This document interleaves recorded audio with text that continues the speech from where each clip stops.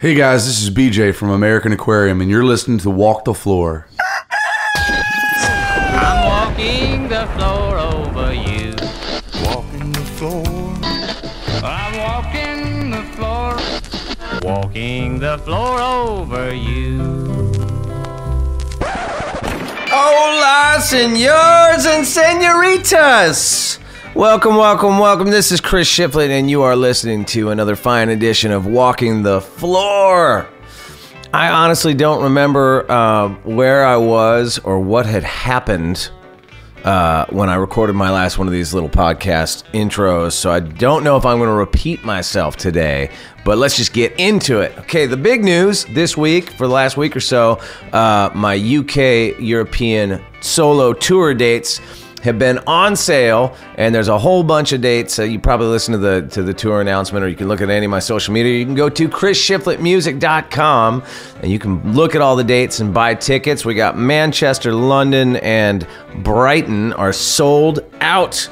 Dublin and Bristol are soon to be sold out, so if you haven't got your tickets yet, make sure you get them today. And Glasgow and Edinburgh are moving along. There's still some tickets left there. And then we hop on over to Scandinavia. There's tickets left for Oslo, for Copenhagen, and for Stockholm. But get them today. chrisshiflettmusic.com. All the links are up there for sale, so get on it. Oh man, I have covered so much ground in these last few weeks. It's just bananas. I think I put about 11,000 miles on my new tour van, driving up and down and east and west and south and north, all over the goddamn place with the likes of Blackberry Smoke. I got to play, or I should say me and my band got to play at the Ryman out in Nashville a week or two ago. When was that? A couple weeks ago. Played the Ryman, man. Legendary. Where the Grand Ole Opry used to be, where Johnny Cash did his TV show, the Ryman. It was spectacular.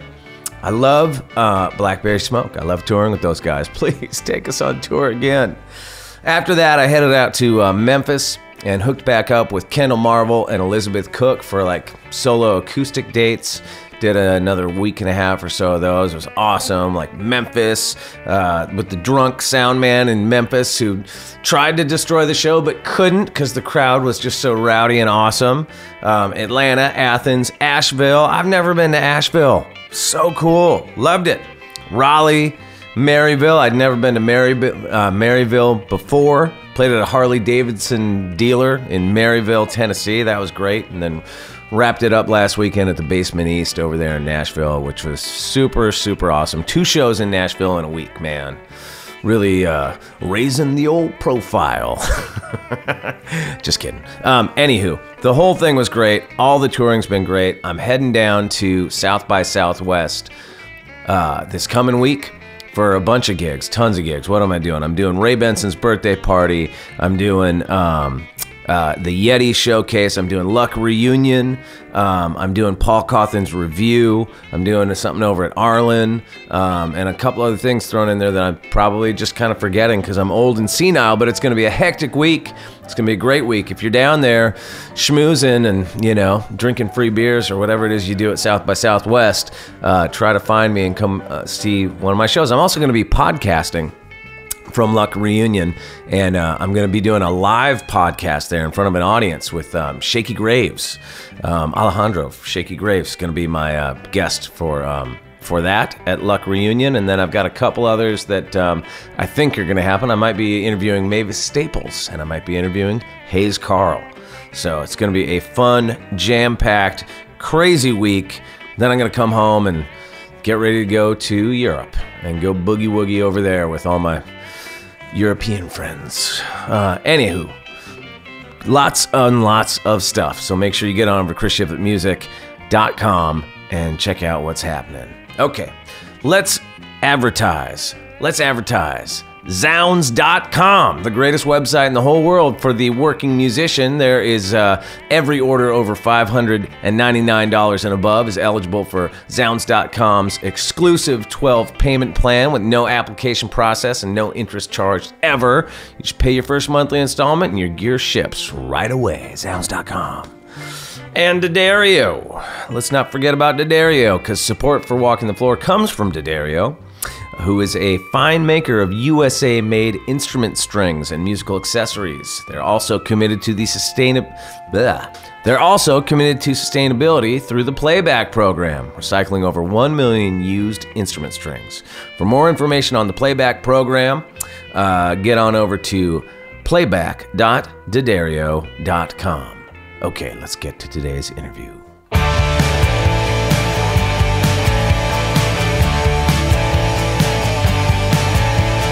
All right, if you're one of those people that gets a little squeamish when you hear people talk about politics, you might want to stop listening to this particular episode right now, because I think me and BJ Barham spend like maybe the first half of this interview talking about, you know, what's happening out in the world and the root causes and our particular beliefs and yada, yada, yada. So if that's going to bum you out, just press stop and go listen to some comedians on another podcast riff on, pop culture or whatever kind of goofy nonsense usually happens on the internet, because that's not what this interview is all about.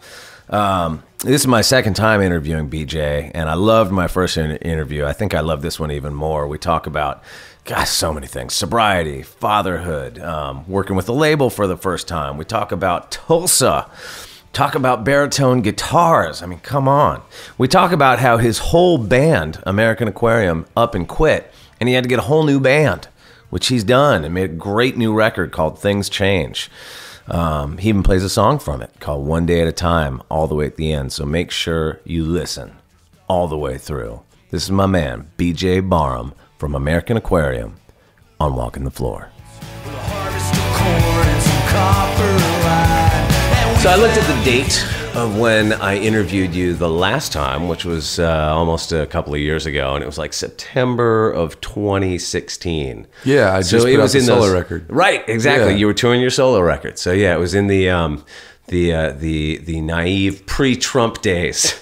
Yeah, back when there was hope and all that good stuff. Well, but it's funny. I was thinking about it, though. I didn't go back and listen to the interview, but you were touring, like you said, your solo record. And your solo record was already really dealing with, lyrically, I mean, I don't remember if it was quite a concept record or whatever, but it's sort of dealing with what is happening in America right now or what has been happening actually for quite a while with the sort of deindustrialization and, the jobs that everybody used to have are gone, and the struggle of the working class and all that sort of thing. So it was definitely a precursor to November of 2016, for sure. I mean, I imagine these last couple of years have given you, well, judging from your new album, it's given you quite a bit of lyrical fodder. Yeah, it's one of those things where when I wrote that record, I wasn't necessarily writing this like pre-Trump America record. I was just writing about because we all thought that he was going to lose badly at that point. Everybody did. Yeah. I think we all live in our insular Facebook bubbles. Yeah, and we're surrounded by people that only echo our sentiment. Right. And so, lucky for me, I tour in a lot of those secondary and tertiary markets in America, especially in the South.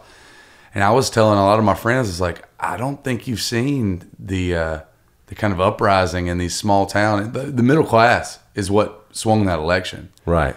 And so after I talked to you, I spent most of 2017 touring with the band, except for last summer. I went out for this thing called the Great 48 Tour, and I played one show in all 48 of the lower states. It was like, some states got more than one. California got more than one because it's just too big. But it was 56 shows, 58 days. And every day I was interacting with people and talking to people and kind of casually bringing up, hey, crazy election, huh? Who'd you vote for? Why'd you vote for him? Yeah. Like, what made you swing that way? Yeah.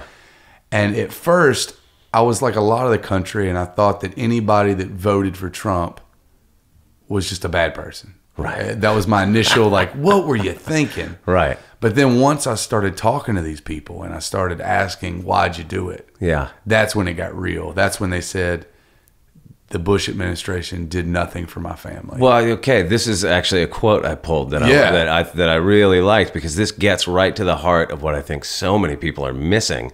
And there was a quote of yours that said, if you talked to them about Trump 3 years ago, they would have told you he was a silver spoon Yankee. But their answer was, Bush didn't do anything for my family. Obama didn't do anything for my family. We're poor. We have shitty jobs. What do we have to lose? Exactly. And that is the thing that, to me, I mean, I'm like, it's so great to hear you say something like that, because I talk to so many people. I mean, I live in a wealthy liberal bubble. I was going to say, Southern And California is, yeah. you have a force field of 100%. No, I mean, a lot of those cliches are totally, absolutely on the money. And it's funny, over the last couple of years, especially, like, I can't tell you how many dinner parties I've ruined debating this shit with people, because I just, I think that, like, I can't speak to what's going on the right. I don't live in that world. For sure. Right? But to me, the last couple of years have turned the liberals fucking crazy. Like, I mean, they've lost their fucking minds. They can't accept that. And I say this as somebody who's way to the left of the Democratic Party in its present state. I'm not like, because I feel like when I start criticizing Democrats and liberals and that sort of thing, people always think I'm a right winger, and I'm not at all. I'm like to the left of it, everybody. You know, I'm like a Chris Hedges progressive. You know, but I feel like this is the thing that is so many people, wealthy, professional class liberals are missing this idea that, you know, people's livelihoods have been stripped away for the last 40 years. For sure. And this election wasn't decided because of racism or Russia. This election was decided because of exactly what you're getting to. It's fucking desperation. The desperation is what I took away from it. Right. It went from being this anger to almost this like sympathy. And I know that sounds weird, being from the left, saying that I'm sympathetic to the right. But it was one of those things, when you talk to these people, it was, you know, the right cares about the rich and the left cares about the poor. What got overlooked in that 16-year of left and right was the middle class. The middle class is dying in America. Mm-hmm. And they feel like they're dying. They feel like their voice is dying. That's why you saw such an uprising in 2016, was because you had what used to be the backbone of America. Like, as far as what we think about America, as far as fiscally, as far as everything, the middle class held it up. And now you have a lot of these people who are working 60 hours a week and can't get by and can't support their families. Right. It's not because they're lazy. It's because they're working their ass off and they have nothing to show for it. They want change. And so they were willing to take a chance on a wild card. And like I said in that interview, like 3 or 4 years ago, if you'd ask anybody, like, what do you think about Donald Trump? They're like, he's a reality television star. He's a silver spoon, you know, got born on third, think he hit a triple kind of guy. Yeah, yeah. And, you know, then they were willing to put their faith in it. Right. Well, he positioned himself as the outsider. And if you look back to basically every election for, I mean, God, going back quite a while, you know, Trump was the outsider. Obama was the outsider. Yeah. Bush was the outsider. Yeah. Clinton was the outsider. You know, that's the name of the game. I mean, Papa Bush had the Willie Horton ad stuff, you know, and ran that campaign. So he, of course, was not the outsider. But, yeah. But in our adult lifetimes, that's who wins these elections. Whoever can connect as I'm going to come into town and clean this mess up because it's not serving your interests. Exactly. Right. And that's just the marketing.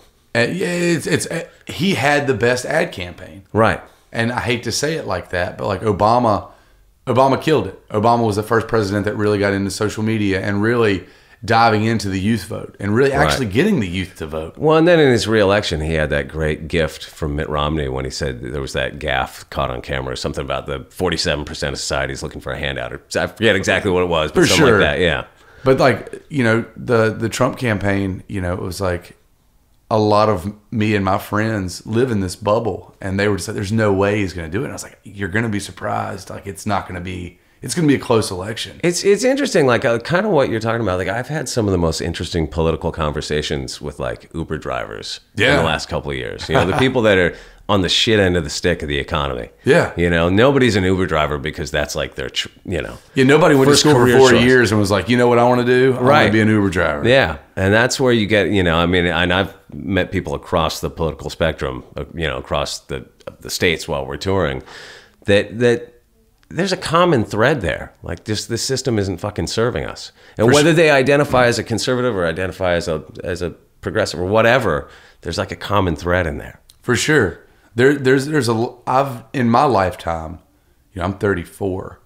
In my lifetime, I've never seen unrest like this. Right.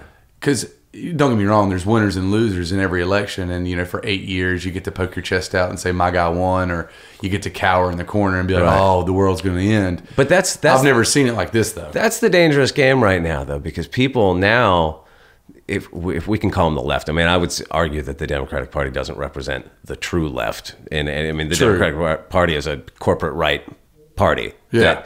But is now, being marketed as the resistance, which is laughable. It's silly. Yeah. And I see so many of my friends so wrapped up in the midterms and the next, 2020 who are expecting, like, I don't know what they're expecting. This seems like a terrible idea that the Democratic Party has like squashed the vast majority of the sort of like progressive uprising that's been happening within it.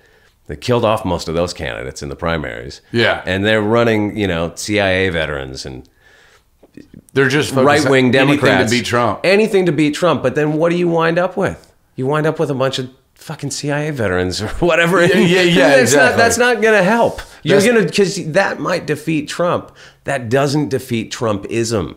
That's the problem with that. Exactly. I totally agree with that. It's, being from the South,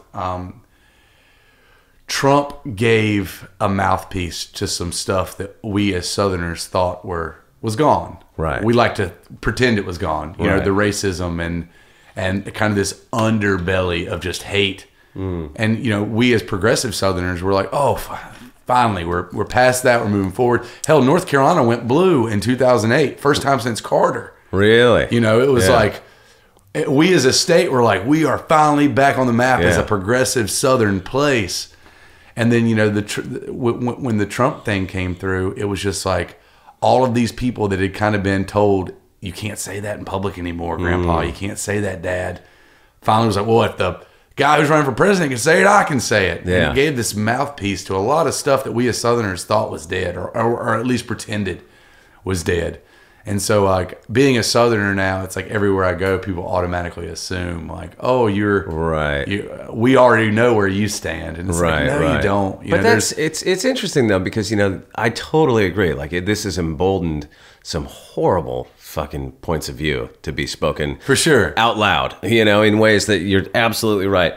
But that's a minority of the population anyway, isn't it? I mean, have it's to tell gotta be. I have to tell myself that Right? it is. For my sake, for my kids' sake, for everybody. It's Isn't a more interesting component of that election that so many people voted twice for Obama and then turned around and voted for Trump? Like, if I was king of the Democratic Party, that's the thing that I would be exploring. Well, what the fuck made that happen? Yeah. You can't blame that on racism. no. You know what I mean? That's enough to flip that election. The whole Rust Belt, the whole stuff that for 15, 20 years has been going Democrat, Right. switched Republican. Yeah. And if you look at that, it's all middle class working people. Yeah. Well, it's all the people that were kicked in the teeth by NAFTA. Yeah. That Bill Clinton passed, that Hillary Clinton brags about. Yeah.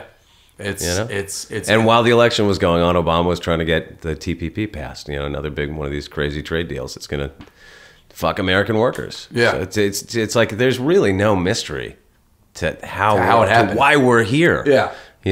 We can pretend there is, though. And and that's what a lot of the left wants to do is pretend that, how did we get here? It's like, well, so we're not fucking taking care of our people, man. yeah. It's that simple. And I'm from the place that's getting hit most when we're not taking care of the American people. Right.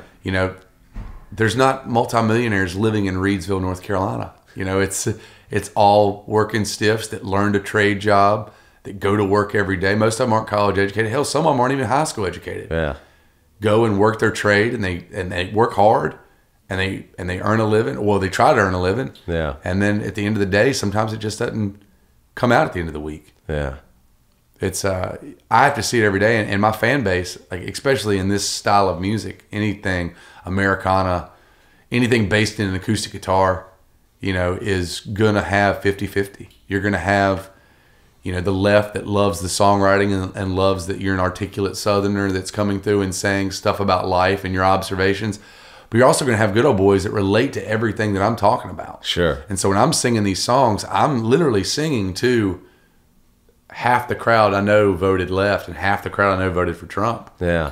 And, and when I was writing this new record, it was all about, how do I make these observations? How do I ask these questions without just downright insulting people? Right. Because that gets nothing That's done. hard, man. It It's gets hard when you nothing. try to write politically. Yeah. To not be like, pointing the finger. We live in a society that's very much fuck you, I'm right, you're wrong. If you don't Right. agree with me, fuck you. Yeah. You know, me and my grandfather used to have these like really spirited discussions. He was very, very far right conservative, and I've always leaned extremely left. And we could sit down at the dinner table and talk on points. And then at the end of it, we'd get up, we'd hug each other, tell each other we loved each other. Respect ran through those discussions. Yeah. And when you take respect out of a discussion, it becomes an argument. Right. And that's where our country is right now. We just want to have arguments with people. But here's the funny thing, though. Like, and most of the time when I'm out on the road, I just kind of try to avoid political discussion with people I don't know well. For sure. You know? Which is a good rule of thumb. I mean, I've been fucking touring this country for a long time, you know, in every little nook and crevice. And, like, I don't walk around arguing with everybody. I don't really buy into this myth that we're so culturally divided. Yeah. I think a lot of that is the hoopla. It's the noise. It's forced upon us. Yeah. Right. You know? There always has to be a good guy, bad guy. Yeah. And You they know? make us feel like we're so much different. And that's what I tell people at shows. Like, there's some people that have called this my political record, and I had some people who were like, "I'm never listening to you again, man." And I was like, if 2 of my 107 songs over the years are about touching on politics, and that's going to push you away, I was like, you were never a fan in the first place. Well, man. it's funny. I was going to ask you about that if you had gotten pushback from your fan base, but also pushback from the business side. We've got some pushback from the fan base, but most of our fan base, especially the ones on the right, are like, man, I may not agree with what you're saying, but I totally support you being able to say it. And they're like, you said it in a way that didn't piss me off. Yeah. You said it in a way that made me try to look at it from your side. Right. And Well, your that's- songs are stories too. You know? I feel exactly. Like Like, I'm not coming out and being like, fuck Trump's America. I don't have a song titled that. You know, don't get me wrong. I have a song called "The World Is on Fire," which is very clear where I stand. But it's also I look at this as not a political record. I look at this as just a guy who is trying to make sense of a changing world that he doesn't understand. Yeah. And I'm asking questions, and I'm trying to get a dialogue started. And a lot of times when I go to these small towns and I'll play these songs, it does get dialogue started. It lets people talk to me and be like, listen, man, like, we're not all hate mongers. Like, this is why I voted the way I did. It's not based on race or anything. It's based on clear fiscal policy. Right. And so, it gets a conversation going, and that's all I wanted to do. And two of the 10 songs touch on politics. The rest of them are, talking about my sobriety and like an entire band quitting on me last year. Right. It's like I had bigger fish to fry than just talking about politics. Let's talk about that, because explain how that happened. Like, I think I might have even, I should have gone back and listened to our first interview. I feel like I might have asked you in that interview, like, is your band upset you did a solo record and you're out touring with them? I mean, something along those lines. Yeah, I don't. But was that the beginning of the end?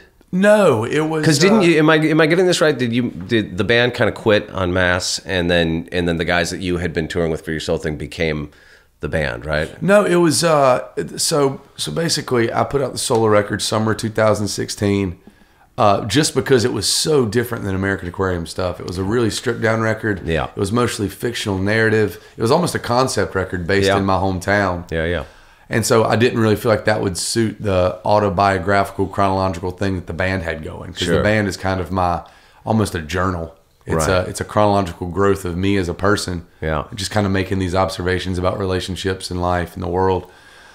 So I branched off, and the boys were fine with that. It just got to the point where you've been in bands. Bands are delicate. You all start on the same page. And then as time goes by, I equate it to a tree. You're all at that base root system, and then the branches start growing out. And then you look up, and 8-9 years later, those branches are a lot further away from each other than they were when you started. It's just human nature, change. Yeah. And the guys that I'd been playing with for the last 8 years, we weren't on the same page anymore. There was a lot of animosity. Ego got in the way on my side and their side. Yeah. There was just kind of this venom running, and once that starts running through the bloodstream of the band, you're toast. Yeah. And it got to the point where music, which used to be the fuel for the day, it used to be like, all we got to do is make it to that 90 minutes and then we're good. It became the hindrance. The 90 minutes became like, that's getting in the way of my day. Right. And when playing music becomes like the least fun part of your day, it's time to reevaluate It's a tough place for a band to be. It's a tough place for a band to be. And so February of 2017, all the guys came to me on the same day and told me they didn't want to play music with me anymore. Really? And they all walked away from it. Why didn't you go solo at that point? Why continue as There was American Aquarium? that was a huge question. That was the biggest thing was, okay, maybe this is the universe telling me this is. Well, you already this had a is my solo sign. album Yeah. too, you know? This is my sign. Like, Right. I just put a solo record out the year prior. This is your sign. And I sat down and had a long talk with my wife, and she basically said, like, as long as I was the only original member. I've had 36 members since 2006. Sure. So these guys, don't get me wrong, they were what people consider the definitive version of the band. Yeah. But they were all replacing somebody else. Yeah. She said, this has always been your band. This has always been a mouthpiece for what you have to say. As long as you're willing to get up and sing these songs, I really feel like your fan base is going to follow it. Have they followed it? Like, was there 100%. any pushback from? Don't get me wrong. People who are best friends with the bass player or best friends with the drummer Sure. probably don't come to shows anymore. Right. But the people that were there for the songs in the first place never once wavered. How do you think it has changed the sound of your band? I'm Because surrounded. I mean, that is the sound of the band. It's the whole band. You have to think that I was pulling from a pool of just Raleigh, North Carolina friends who played music, which in the grand scope of things is a very small pool of the musicians in the country. Yeah. So I was playing with people I went to college with, people that knew somebody that I went to college with. Yeah. So when you're rebuilding a band, you get to go and cherry pick. Yeah. So 3 of my guys are from Texas. 1 of my guys is from Nashville. 1 of my guys is from Atlanta. I got to pull some of my favorite musicians that were kind of playing in smaller bands. Okay. And was like, hey, guys that maybe you toured with here and there over the years. guys that I'd met through Right. touring and been like, hey, you want to come do this? Like, I've already got a pretty good thing going. Let's keep it going. And they were all on board. So we all came together and we had about a month. Last August was our first month trial run, and it just clicked. It was 6 guys, positive energy. Yeah. All wanted to be there. Yeah. Were already fans of the songs that I'd written. Yeah. And then you put that up with just being, shit hot musicians. And it was a no-brainer. Yeah. After that month, it was like, okay, we're going back in the studio in December and cutting a record. Well, it's funny, like listening to your new record, that it's such a cliche thing to think, but the first thing I thought was like, this is a mature record. Like, this is a grown-up record. Yeah, it's the first one. And like I said, I think it's, it's not titled that on accident. It's not Right. called Things Change because I thought it was witty. It's very matter Things of really changed. Things really do change, like the entire band Yeah. playing on it. But this is the first record where I really reached out of my comfort zone and didn't write just about personal relationships in the road. I wrote about a lot more of the stuff that was changing around Yeah. me, like my sobriety, the band quitting, politics, impending fatherhood. And I was doing it within a completely new arsenal of musicians. Yeah. And so not only do we have a record that is what I would consider starting the next chapter of American Aquarium, it's also starting a next chapter of me as a songwriter. Well, new band, new label. Too, Exactly, right? on New West. Is this the first record you put out on New West? This is the first record we've ever put out on a label. Really? Everything's been do-it-yourself up until then. What led to that? Kim Bowie was very persistent. Nice. Kim Bowie showed a lot of interest in the band, and I told her I didn't really have a lot of interest in being on a label. From things I've heard from friends, and she convinced me that they could do more for me. And I was at a point in my career where I'd worked up to the point where I own all of my publishing. I own everything. Yeah. And so it just made sense for me. If I'm going to take a chance on seeing what a label can do, I'm in a pretty prime spot to take that chance. That is a very different position to now you got to talk to this department and you got to talk to that Yeah. department and you got to, But I wasn't make sure everybody's doing their thing. Some wide-eyed kid who blindly signed at 18, and I was a 34-year-old man who had a very real concept of what the music industry was, and I Yeah. knew what to ask for and what not to let get away from me. How's that partnership going? Like, when did your record come out? June 1st. June 1st. Okay. Fantastic. It was the first time we'd ever seen any commercial. We've had some critical success, but it debuted at number 1 on the Billboard Heatseeker charts, number 3 on the Americana Folk charts, Billboard, number 6 on the Billboard country charts, and number 7 on the Billboard rock charts. Wow. So it was the first time we'd put out a record. It debuted in the top 10 of all 4 of those major charts. You know, that shows the muscle that a label can flex a little bit. Yeah. Especially for a band with a rabid fan base like Exactly. you've built over the years. We've cultivated a pretty diehard foundation, and once you build that foundation, we're starting to build a pretty house on top of that thing. Yeah. And New West has been. I'm tickled. They've worked really hard. Radio is doing great for us. We've never had any kind of success at AAA Americana Radio, and I think we have the number 3 single on Americana Radio and the number 5 record this week. Oh, wow. So they're doing great. So now you're going into those 7 a.m.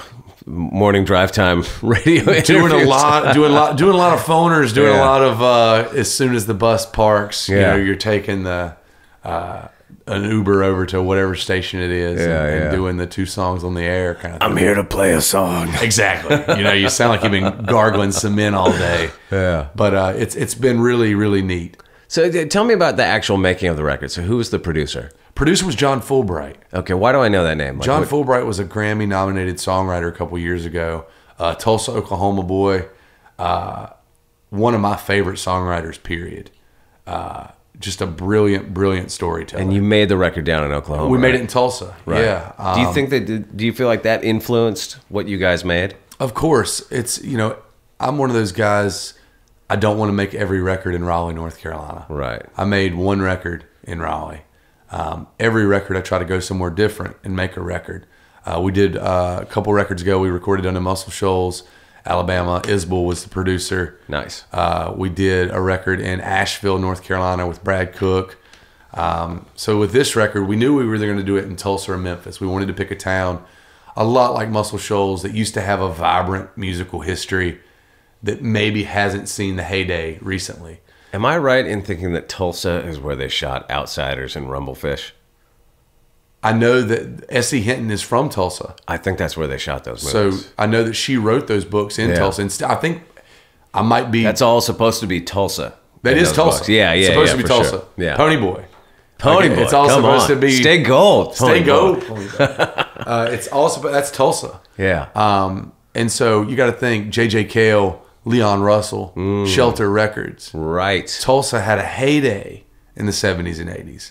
And don't get me wrong, it's starting to have this huge resurgence because you've got John Fulbright, you got the Turnpike Troubadours, you got John Moreland, you got J.D. McPherson, Parker Millsap. Some of the big heavy hitters in the Americana world right now are from Tulsa. Oh, wow. They might live in Nashville now, but Sure. they grew up and refined their chops in Tulsa. And so it's kind of like, what's in the water there? Yeah. I want to go make a record there. Yeah. And so we went there. We recorded this record in 8 days in Tulsa. Songs were written before you went in? So most of the songs were written. I wrote a couple songs in the studio, and we just kind of cut them all live on the fly. Really? And yeah. This record was all done, one room.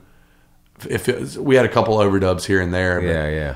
God, that's a great way to record. It's art, man. Love it. I've done my last 3 records that way, and I really think it's the way to do it because you have these like beautiful imperfections that most casual listeners aren't ever going to hear. Yeah. But that your musician friends are like, I heard this, I heard that. It's all that goes in the soup, you know? Yeah, and I think it's what makes it real. I think it's what makes it human. Totally. You know, because we're very much caught up in a day of a lot of people tend to err on the side of perfection rather than human When error. perfection entered the equation with recording, it just fucked everything up. When you start putting drums on grids, Yeah. and you start going back and moving notes, that's not how it's supposed to be done. You're not a guitar solo is supposed to be one dude who sits down and just rips, Yeah. and that's it. Yeah. And you know you've got these, Warts and all. exactly. Yeah. And I know that's my favorite records that I go back and listen to. You can hear those fuck ups, or you can hear them trying something completely asinine. It's funny, man. I came up making records in the modern era as things have become computerized and perfection's been the ideal and all that stuff. And it's hard to break out of that mindset because even my last couple records I made with Dave Cobb out in Nashville, and we just record live in a room, and then minimal. There's overdubs. Well, there's quite a bit of overdubs, but like we'll be working on a part or something, and I just get into that. headspace like, fuck, I got it. That's not good enough. That's not good enough. And probably Yeah. the first one you did was the best one. And you know, it's like when you have a great producer that goes like, you're fucking overthinking of it. Overthinking it. Stop, man. That's why you have to pick a producer you trust, and then you have to listen to them. Right. And when they tell you that was the take, It's hard to listen sometimes. yeah, because you know we're all fragile, egotistical monsters, us artists, and we think that we can do better. Yeah. And sometimes you nail it on the first or second when you're not even thinking about it. Yeah. And that's the thing. It's like when you're not overthinking, when you're just in the moment and there's a vibe, you nail it. Yeah. And sometimes it's easy to, like, I know it's hard to walk away after the second take and be like, okay, we got it. But you have to trust that like the producer knows what they're doing. Yeah. And that they're hearing it for the first time. You're hearing it for the umpteenth time since you wrote the song. Yeah. So in your head, you're always chasing this radio perfection. And that's just unobtainable for most of us, especially when you're born with a voice like this. You know?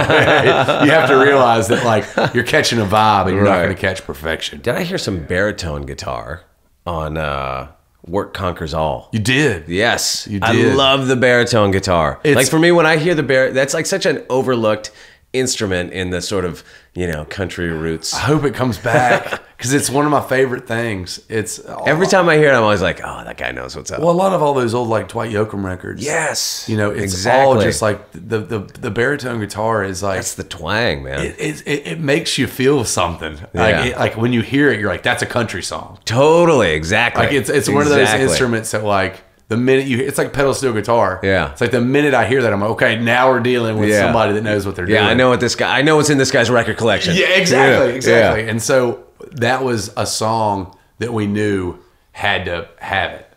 And so we had it sit. We almost put it on 3 or 4 songs, but it's one of those things you've got to be tasteful with it. Right. You can't just throw it on every song. Oh, and you want to. And you want to, 'cause it makes everything I'll play it on the whole track. It makes everything sound so cool. Yeah, but when it just comes in for a part, it's so powerful. Oh, it's so definitive. Yeah. Like it's Yeah, yeah. if you're a musician, you know exactly what it is. Yeah. The minute it comes in, and on Work Conquers All, that was the song we picked for it, and it makes 2 appearances. It makes that initial appearance from the top, and then there's like a little solo in the middle. Yeah. and it's such a little nugget in the middle of that song. It makes me really happy. There's another song that like sounded to me like it was like almost like outlaw country vibe, like maybe like the countryest thing I've heard you do. Yeah, I gave up. I gave up drinking. Yeah, Yeah. I wanted to. I grew up listening to all those old Waylon records. It's got that vibe. It's got to it. that- That sounds like a song that's great to play live. It's fun because it's got a clav on it. You know, there's a clavinet on that song. Right, You know, right. so like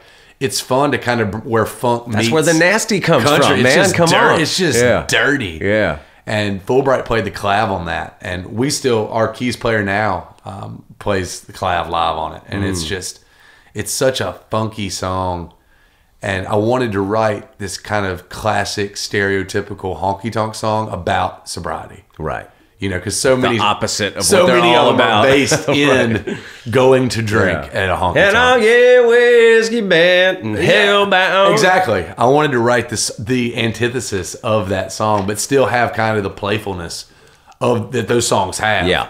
So I wanted to write in my head. I was like, what would happen if John Prine wrote a honky tonk song backed up by Waylon's band about sobriety? That's where that song, and That's a good combo. that's exactly what I want. Yeah, you know, and it's like I'm sure we paled in every comparison to it, but it's like we hit what we were going for. Right, right. You know, I wanted to kind of write this tongue in cheek song about like, yeah, it's a country song, but it's speaking against a lot of what the country norm is. Yeah, you know, sure. so. You guys have obviously, and you personally have built your band on years and years of hard charging touring. Yeah, for sure. Yeah, I mean, you guys are road dogs, but if you had to temper that some, you know, with becoming becoming a dad, new members, you know, being married, all that sort of stuff. It's you know, as you get older, you look back. You're supposed to look back and look at all your missteps, and then try to make sure that your next step forward isn't another misstep based Right. off of what you've already done. When the first couple people quit my band back in 2006, 2007, I blame them. after 36 people quit your band, Was it all for the same reason? We fucking tour too much. You have to look in the mirror and say, maybe it was me. Yeah. And I pushed the guys way too hard. You know, there was 3 straight years where we did over 300 shows in a year. That's not normal. Yeah, Unless that's you're a lot of shows. unless you're 19-year-old crusty punks. Yeah. Who don't care. Yeah. You know, when you're in your 30s, you can't do that. And now my new guys are all married. My bass player's a dad. I just became a father a couple months ago. I don't want to be on the road 300 days a year. Yeah. After 12 years and 3,000 plus shows, like I've earned a break. Yeah. I've earned being able Home to is kind of nice too. yeah, I've earned being able to kind of take advantage of what the road has afforded me. Like I have a house, I have a wife, I have a kid, I have a fenced-in backyard. I have the American dream. Yeah. And I'm going to take at least half the year off from now on to enjoy that and to watch my kid grow up and to take her to all the places that I didn't get to go as a kid and to teach her what culture is and to make sure she grows up a smart Southern person who fully embraces their roots in the South, but also realizes that there's a gigantic world out there that she gets to meet one day. Right. As long as I refuse to raise a shithead kid. I refuse. And so part of that is being there and explaining to them about life and the world. And so my goal is to play 100 to 150 shows a year, which is still a heavy lot of load. shows. Still, that's a lot of shows. And but that lets me be home for 2/3 of the year and Yeah. really focus on, dance recitals or basketball games or whatever she decides that she wants to occupy her time with. There's nothing better, I have 3 boys. There's nothing better than when your kids, and this happens to me quite a bit now because my kids are all getting big, where they will ring you up on your shortcomings. That's when you know you did a good job. Yeah. You know? I can't Dad, you can't say that word. No one says retarded anymore. You're like, oh, goddamn. I can't wait to have a misstep and her correct me and be like, "You are totally right, kid." Yeah. I'm stoked on that. That's funny, man. That's great. Well, that's a perfect place to end. Heck yeah. I do have one more question that I got to ask. Did you take a lot of lessons growing up? Are you more of a self-taught No, dude? I taught myself late high school, early college. But I never sat down. Like my guitar player sat down and watched his guitar heroes play and wanted to play those licks. Right. And that's what he wanted to do. He knew he wanted to be a lead guitar player and he wanted to just shred. And he was in a metal band. And it was all about playing fast and as many notes, playing all the notes. All the notes. Yeah. If you play them all, there's got to be some right ones in there somewhere. So for me, though, I only learned how to play guitar to facilitate songwriting. Right. I was writing at a certain point before you learn how to play guitar. If you call yourself, you're just a shitty poet. Right. And I wanted to write songs. And so I realized that to do that, I was going to have to learn how to patch chords together. Yeah. So I learned how to play like the 7 or 8 chords that I needed to play to get through some of my favorite country songs. And then I started twisting those around and writing my own songs. And I haven't really developed much past there. I'm a pretty open chord player kind of guy. The capo is a good friend of mine. Yeah. Like many songwriters that I know. Yeah. And it's one of those things that I literally sat down. I think there was a book at the library that taught you how to play Like all your root chords. your G, your D, your C. Yeah. And I just sat down and I remember reading somewhere, it's just like, it feels foreign at first, but the more you do it, the better it feels. And I remember just going from G to D, from G to D. Yeah. And once I mastered that and could hear Throw it a seamlessly, C in there. I go to a C and then you learn the E minor and the A minor and throw an F in there and you're a virtuoso, you know? Oh, man, my first guitar teacher showed me all my root chords. It's like the best thing that anybody's ever done for me. Yeah. So, because so many people I knew growing up just kind of learned, we're heavy metal kids, just learned power chords. Power just chords. Moving around, Yeah. It's I learned the opposite way. I didn't learn power chords until after I learned all those roots. Right. And You're like, why didn't I just do this, man? yeah. It seems way easier when you can just slide up. Yeah. Do you But, have like a magic guitar or something like with your special guitar that's like the one? My guitar is the one I like has become synonymous with me. It's a reissue of the '68 Gibson J45, cherry red finish, white binding. '68 was the only year they did the cherry finish. Okay. And it was a catalog order only. So less than like 1,500 of those originals even exist. Yeah. So when you can find one in shitty condition, and it's $8-9 grand. Yeah. For like a really beat up version. Yeah. But back in 2000, Gibson re-released 1,000 of them. Okay. And I picked up one of those. Nice. So you put all the scratches on it, all the wear and tear I'm is the, your I'm own. the only operator of that thing, and it's been my road guitar since 2008, and it's that red guitar has kind of become synonymous with me. Like people will make show posters, and it's got the red guitar. Oh, right. And people, it's just an old J45. Nice. But it looks a little different to where it throws people off and makes them think it's something special. Yeah, but it's yeah. really just an old J45. Nice. That's every gig I've played since 2008. My backup's an old J180, the big Everly Brothers, but it's nice. it's the cherry. Oh, nice. The cherry finish. I like the red guitars. I went to school at NC State University. There you go. So we were red. You we were red. got and a little white. Sammy Hagar in there somewhere. Oh yeah. Well, hopefully this has a reddish hue to it. My Martin here. Hopefully this will suffice. Would you like to play a song? I'd be happy to, man. Great.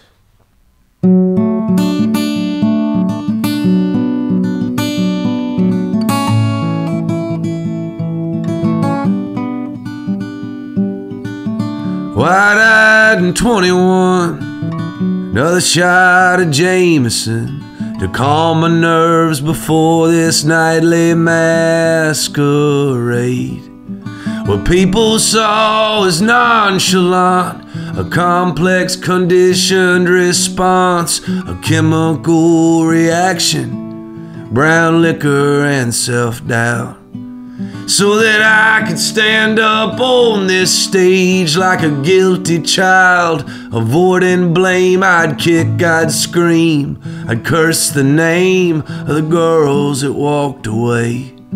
You see, the man left holding the pen controls how every story ends, and truth becomes a martyr for the sake of the song. Yeah, I'm in a good place. I'm a walking that straight line. I'm just getting along, righting these wrongs, one day at a time.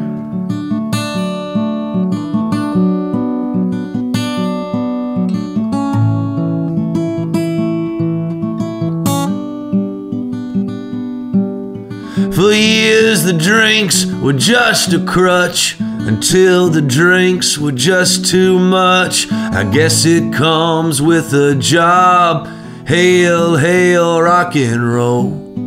You see, songs fulfill a human need to sit back and watch another man bleed. So for a moment we don't have to feel sorry for ourselves.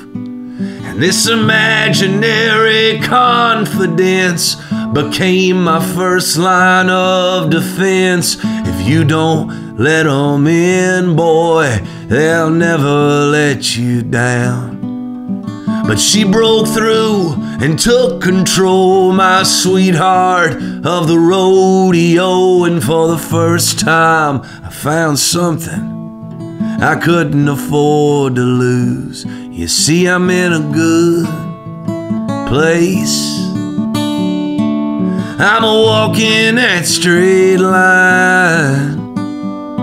I'm just getting along, righting these wrongs, one day at a time.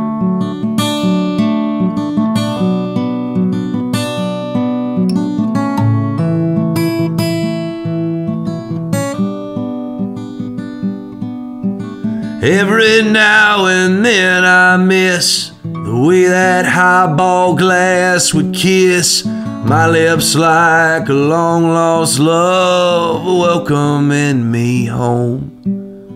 But I don't miss the highs and lows, the back and forth, the ebb and flow of letting down the people that are standing up for me. Yeah, I'm in a good place. I'm a walking that straight line. I'm just getting along, righting these wrongs one day at a time. Yes, I'm getting along, righting these wrongs one day at a time. Yeah, buddy. Fantastic. Awesome. Thank you. Thanks, man. Thanks for not making me love the guitar line.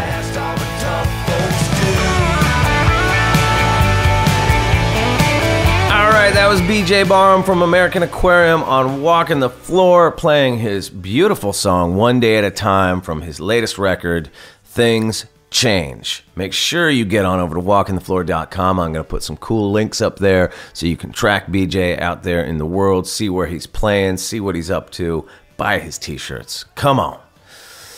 All right, that is it for this week. I got a crazy couple weeks ahead of me, so I will probably be reporting to you from somewhere overseas next time we do this here little podcast thing. All right, boys and girls, this is Chris Shiflett signing off for now. Adios, amigos.